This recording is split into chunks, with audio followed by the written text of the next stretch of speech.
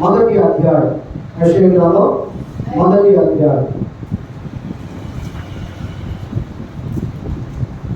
యెహోవా మాట్లాడుచున్నాడు, ఆకాశమా ఆలకించుము, భూమి చెవియొక్కుము. నేను పిల్లలను పెంచి గొప్పవారిగా చేసి తిని వారు నా మీద తిరగబడి ఉన్నారు. ఎద్దు తన క్రమాలను నెరుగును, గాడిద తన సొంత దొడ్డిని తెలుసుకును.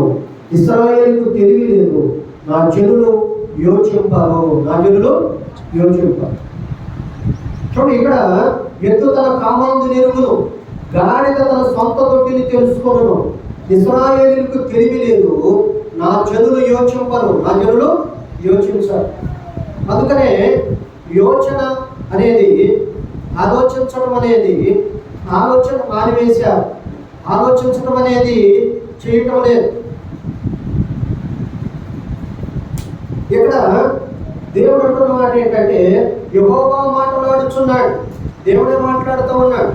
యెహోవా మాట్లాడుచు ఆయన ఏమంటున్నాడంటే, ఏమని మాట్లాడుతున్నాడు? ఆకాశమా ఆలకించు, ఆకాశమా ఆలకిస్తున్నావా అని ఆకాశంతో చెబుతూ ఉన్నాడు. ఆకాశమా ఆలకించు, భూమి చెవియొగ్గు.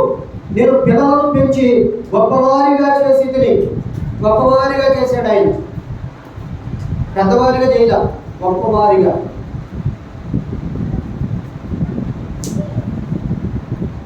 చూడండి, దేవుడు గొప్పవారిగా చేశాడు ఆయన.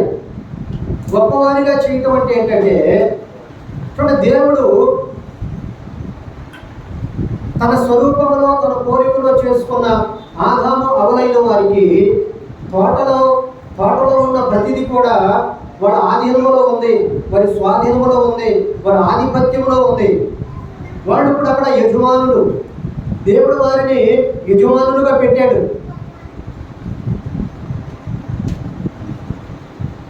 అక్కడున్న సర్పము మీద కూడా యజమానుడే. చూడండి, జంతువుల మీద కూడా యజమానుడే. ఆ తోట మొత్తంలో కూడా ఆదాములైన వారు యజమానులు.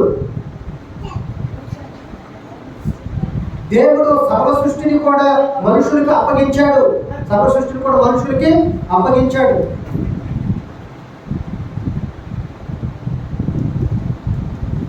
మీరు సముద్రమును, భూజంతువులను అన్నిటిని కూడా మీ వశమై ఉన్నవి అని చెప్పాడు.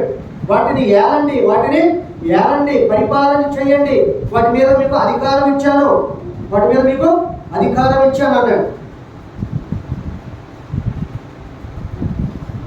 మొదటిలో మనుషులకు బెదురు లేదు. బెదురు అనేది ఎప్పుడు వచ్చిందంటే, నోవాహు జలప్రళయం అయిన తర్వాత మనుషులకు బెదురు పుట్టింది, భయం వచ్చింది.